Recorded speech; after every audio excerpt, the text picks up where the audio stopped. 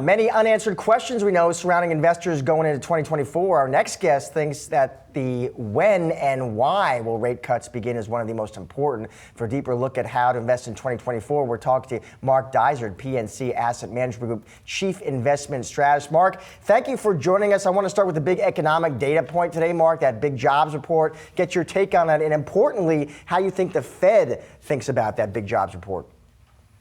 Yeah, Josh, appreciate you having me on in the first place.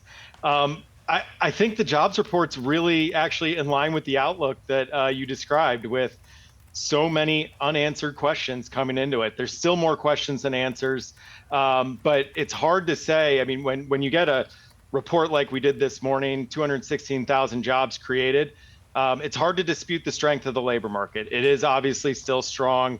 The thing that I think probably went on under the radar for a lot of people is the revisions, though. So we saw October revised down sharply, November revised down sharply. So it's strong, but you're still seeing a little bit of softening here within the labor market.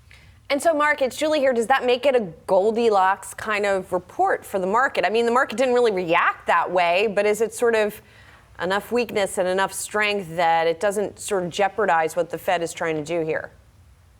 Yeah, Julie, I think it's a continuation really from what we saw last year, and we're getting mixed data.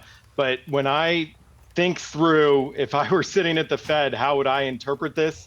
I'm thinking through that this is a pretty good report, which I think is the way that you saw the market react to, right? It wasn't a really strong reaction. You saw some ups and downs through the day, but it was a pretty good report because obviously the strength of the labor market, but I think it supports the monetary policy decisions here, right? They haven't, in their view, this report doesn't say we've gone too far, but at the same time, it doesn't say, right, it's immediately time to pull it back right now. So it is a little bit of that Goldilocks component. I think it is what they wanted to see as far as the labor market, again, with a little bit of that softening from prior months, but still a strong report and strong labor market. And Marc, so we got another big event on your calendar as a strategist. Earnings season is kicking off here. I'm interested in what you think we're going to hear. Is it a potential catalyst for the market, Marc? Yeah. So coming off of last year, obviously, I'll say we broke the earnings recession because we had a few quarters there where it was negative earnings growth. Obviously, with last earnings season, we broke that. I'll say positive 5%, rounding a little bit there on earnings growth. But I think we're going to see a continuation, especially into this season here, wrapping up the Q4, right, heading into that earnings season. I think we're going to see a continuation. So what do I mean by that? If you take out, everyone's beloved Magnificent Seven stocks, third quarter earnings results were actually negative. I think we're going to see some of that same masking into this earnings season here. So expectations coming into it from a market perspective, it's going to be positive. So overall, we'll see that positive earnings growth.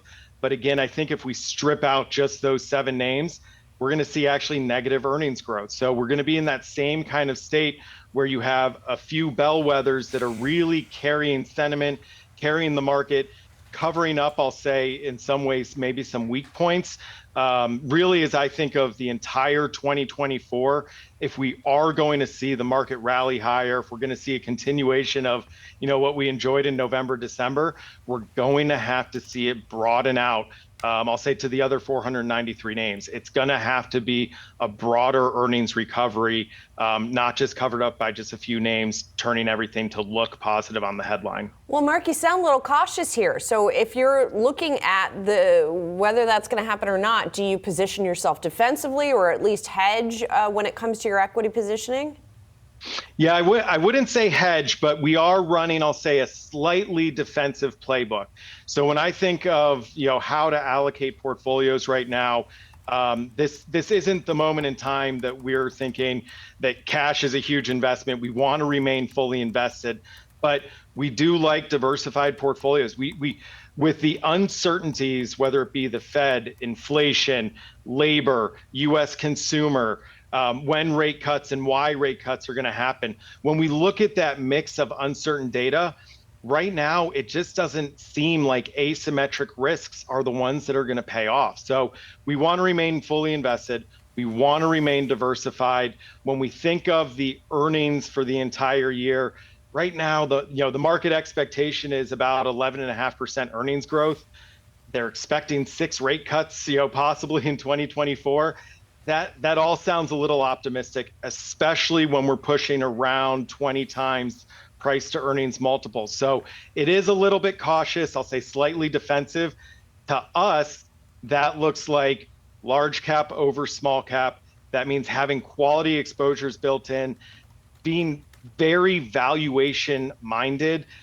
So that means maybe not chasing just the things that have done well, but paying attention to the underlying earnings and seeing what is recovering and maybe catching some of that momentum as things kind of catch up to everything else that ran last year. Marc, thanks so much. Really appreciate your insight today. Really appreciate it. Thanks for having me. Take care.